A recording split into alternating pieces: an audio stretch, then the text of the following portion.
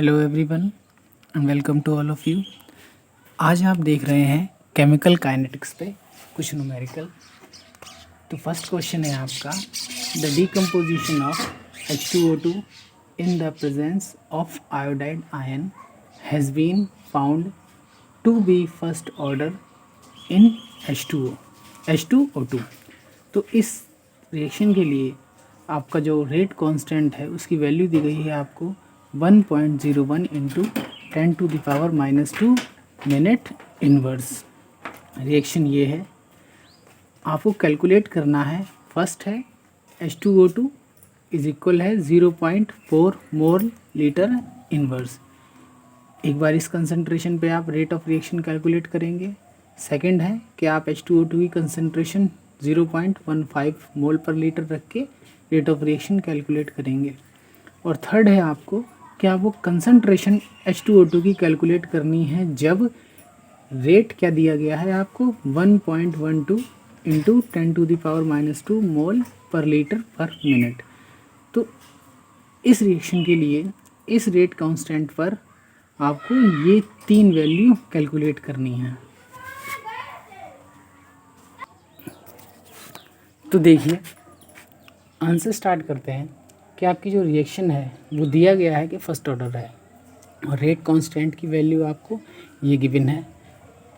तो आपको जो फर्स्ट पॉइंट कैलकुलेट करना है H2O2 की कंसंट्रेशन जब आप रखेंगे 0.44 मोल पर लीटर, तब रेट ऑफ रिएक्शन कैलकुलेट करेंगे।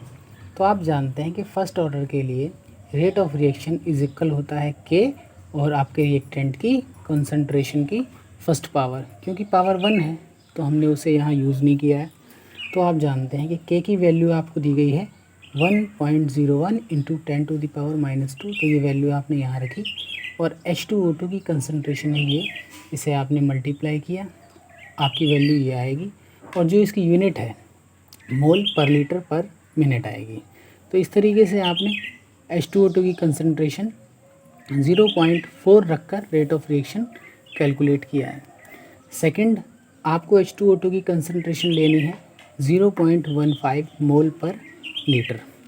तो यही फार्मूला यूज़ करेंगे आप कि K की वैल्यू इंटू H2O2 की कंसंट्रेशन।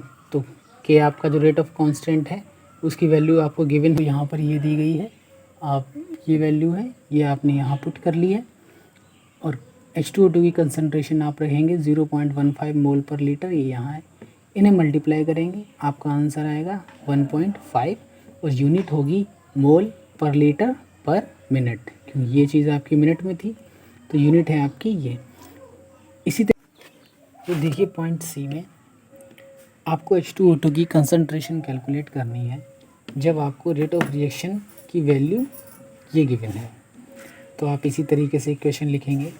यहाँ से आपको H2O2 की कंसंट्रेशन कैलकुलेट करनी है। कंसंट्रेशन कैलकुलेट करने के लिए आप इस रेट कांस्टेंट को इस तरफ क्रॉस मल्टीप्लाई करेंगे तो आपकी इक्वेशन कुछ इस तरह आएगी, H2O2 इज इक्वल है rate of reaction upon K। तो रेट ऑफ रिएक्शन की वैल्यू आपको ये दी गई है, आप इसे यहाँ पुट करेंगे और रेट कांस्टेंट की वैल्यू आप जानते हैं कि आपको दी गई है 1.01 इंटू 10⁻⁻² मिनट इनवर्स। तो ये वैल्यू आपने यहाँ पुट की है, तो आपकी जो आंसर आएगा वो आपका ये है और आपकी यूनिट है मोल लीटर इनवर्स।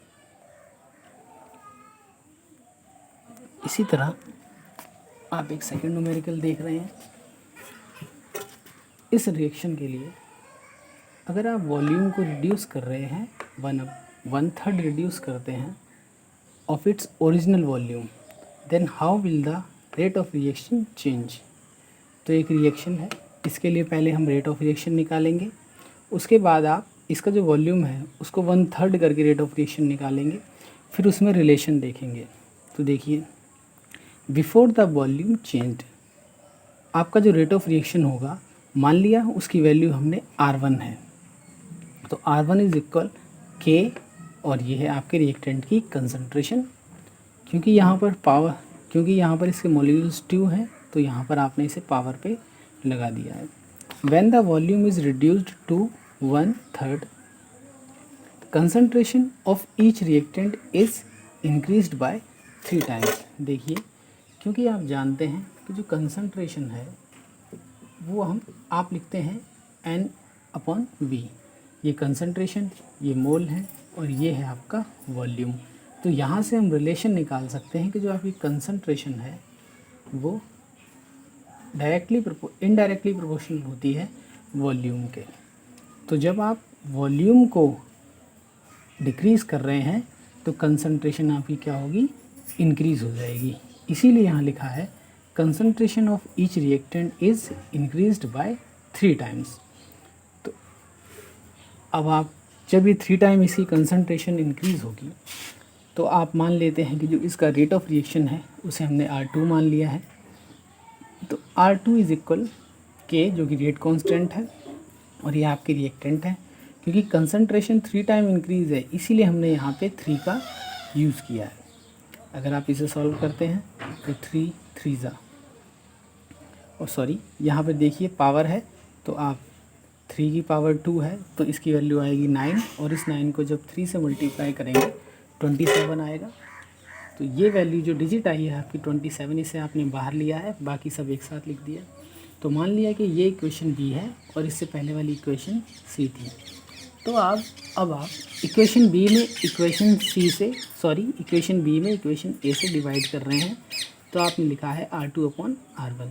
तो इस रिएक्शन के अपॉन में ये रिएक्शन रख देंगे।